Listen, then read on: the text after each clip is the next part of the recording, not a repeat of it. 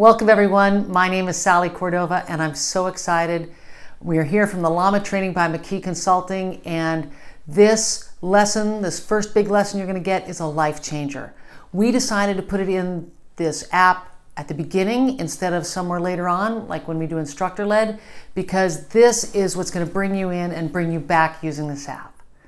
So our company was created by my mother, Judy McKee, and this story is all about her and the relationship she had with my stepdad, and how it began and how it grew, and how we use this rule in every one of our training classes to teach this lesson. Now the rule is never make anyone else feel wrong or stupid, and instead make the other person feel right and smart.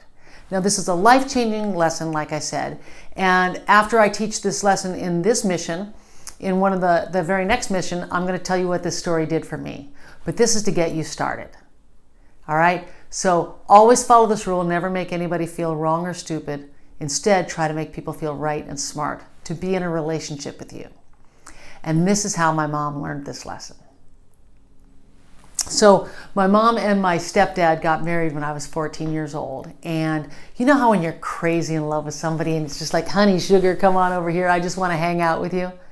Well, the first 6 weeks of the marriage was fantastic, and it was just like that all the time. They couldn't get away from one another. They loved being with each other so much. And we had also just moved into a brand new house. And so 6 weeks into this marriage, it's going great, everything's going wonderful, and then it got weird. One morning while Mom and Jim were getting ready for work, Mom noticed there was that lovey-dovey, wonderful, come on over here, sugar, I want to be near you. That thing was just missing. And so my mom decided to ask my dad what's going on. And so she says, Jimmy, is there something wrong? Did I say something? Did I do something? Because yesterday we were feeling in love, and today, it's kind of missing. And Jim says, no, everything's fine. And you can already tell that it's not fine. So she asks him a second time. She said, well, if there's something wrong, I really want you to tell me, because I want to make this, really want this to work well. Is there something that I said or I did that I could do differently? And he said, no, everything's fine. So she asks him one more time, which of course is one time too many, right?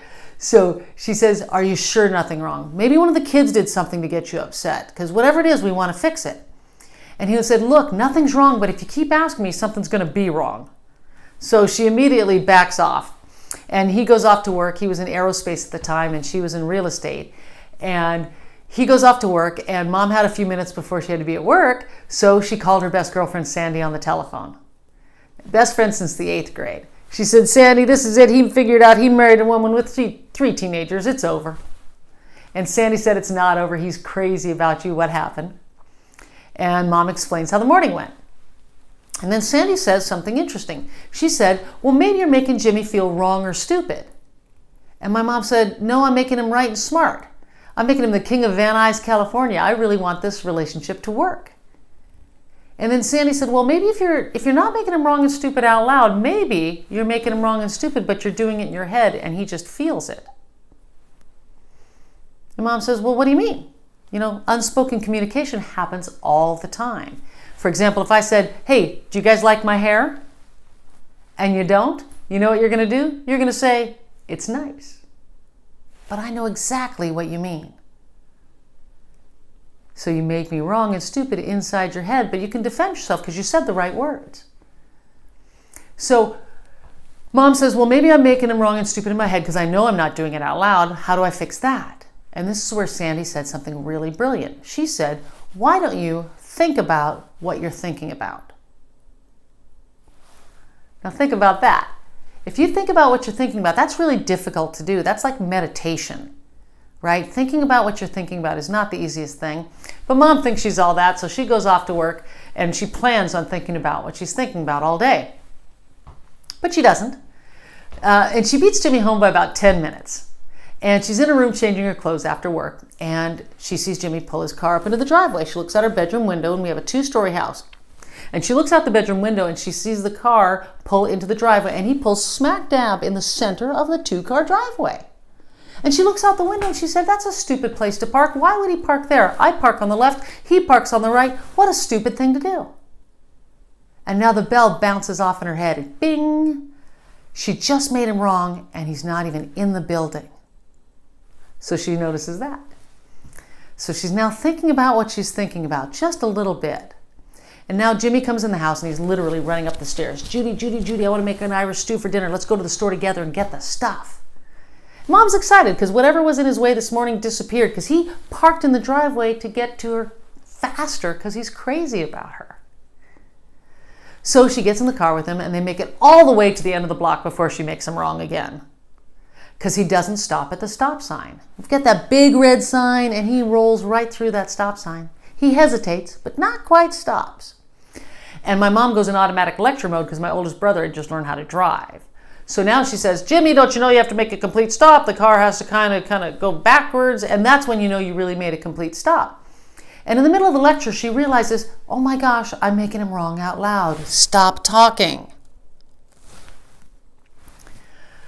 So they go another block, and they're at the grocery store, and they're in the parking lot at the grocery store, and Jimmy is passing one empty parking spot after another, and it's driving my mom crazy.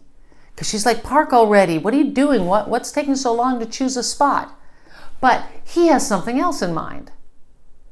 Anybody want to guess? Well, Jim is a car guy and he has to find the right spot. He has to park next to the right other cars. He needs to park next to cars that aren't going to give him door dings. And in the meantime, my mom is going, you can't control the other cars. It doesn't matter. The other cars are going to move anyway. So make a choice, don't ding their doors, and hope they don't ding yours. But right now she's making him wrong and stupid because he can't find a parking spot. So they get into the grocery store. Now they park, they're on the way in the grocery store. Mom decides to really think about what she's thinking about. And she sits back and she decides to let him shop, which is a big mistake, huge, right? Because absolutely every single item he puts in that grocery basket, she decides it's the wrong item. It's the wrong celery. It's the wrong carrots. It's the wrong tomatoes. You don't need the tomatoes that have the vines still attached. You're not a gourmet chef, and these children don't really care. They just want to eat dinner. So she's making him wrong for everything he puts in the basket. And he finally goes down the canned food aisle, and he reaches for lima beans, which my mom absolutely hates and doesn't want to eat. So she stops him mid-grab. She says, Jimmy, stop here, stop now. We need to talk. And Jim's a good guy, and he's saying he has no idea this is going on yet, okay? Because it's all in her head so far. So he says, what's going on? And she says, well, here's the thing. I'm crazy about you. I'm in love with you. I want to be with you for the rest of our lives, and I want to raise these 3 children to be good citizens of the planet. And I want to do it with you by my side, but I cannot figure out for the life of me why you want to hang out with me. Because I think everything you do is wrong. And Jim says, Judy, we're going to have a problem. And she says, oh God, divorce number 3? And he says, because I do the exact same thing to you. And she says, well, how could you? Because I'm always right. And he says, no, as a matter of fact, you're not always right. Sometimes you're absolutely wrong. And she says, well, what's the point of this marriage? Because if I make you wrong all the time and you make me wrong all the time, we might as well call it quits today. This is where we love guys like Jimmy. He's one of those fixer kind of guys. He's always got a plan. So he says, wait a minute, before we give up, because I love you too. So before we give up, let's try something. She said, what? And he said, anytime I make you feel wrong or stupid by word or deed, you get to say, ouch. And I get a do-over before it turns into a problem. Mom thinks this is a fantastic idea. She says, you do that for me, I will do that for you. Then next he says, now if you're not sure if I did it on purpose, a little knife in the back, a little nudge, a little something, a little sarcasm. And by the way, everybody, sarcasm has got to go completely, because the only reason sarcasm is funny is because it hurts. And you don't want to hurt people you're in a relationship with. Okay? So Jim says, if you hear the little sarcasm or feel that, you get to say, ouch, and I get a do-over for that one too. Mom thinks this is fantastic, kind of corny, but hey, we're a corny family. And she thinks everything is handled. But then Jim says, wait a minute, I have a consideration about this relationship too. And Mom thinks, of course, nothing's wrong with her, so what could he have to say? And he says, hang on a second, Judy, we have to admit something really serious. And she said, what? And he said, we have to admit we're liars. And she said, no way. I know she put her hands on her hips. She said, no way. I am not a liar. Integrity is my thing. And he said, oh no, in front of your friends, in front of your family, in front of God, in front of everybody, you said, love, honor, obey till death do you part 2 times before.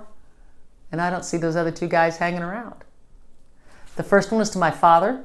He's a retired naval officer. The second one was to a musician in Las Vegas. We really do not speak of him. And Jimmy was her third. And Jim had been married twice before himself. So he says, let's throw out those vows because we obviously can't keep them. And she said, well, you know, you're the man with the plan. What do you got? And here's what he said. He said, my job, my only job as your husband is to make sure you have a good time for the rest of your life, no matter what. And she was absolutely blown away. She said, you do that for me, I will do that for you. Now, my parents had one of the greatest marriages for 32 years because of this day in the grocery store. My stepdad passed away in 2006, and the reason I mention that is because we saw it coming. It was cancer, and we knew the event was going to happen, but I can tell you that I would watch my parents sit at the kitchen table, and one of them would say to the other, hang on a second, are you making me wrong? Within just a couple months of his passing. And so what I really want to drive home to you with that is this. This is so hard to do. Every one of us has learned how to communicate by making others wrong and making ourselves right. So every core lesson we're going to be teaching you in this app and all these free lessons that you're going to be getting all have the foundation of never making anyone else feel wrong or stupid. Now here's the hard part. Sometimes they are wrong and stupid.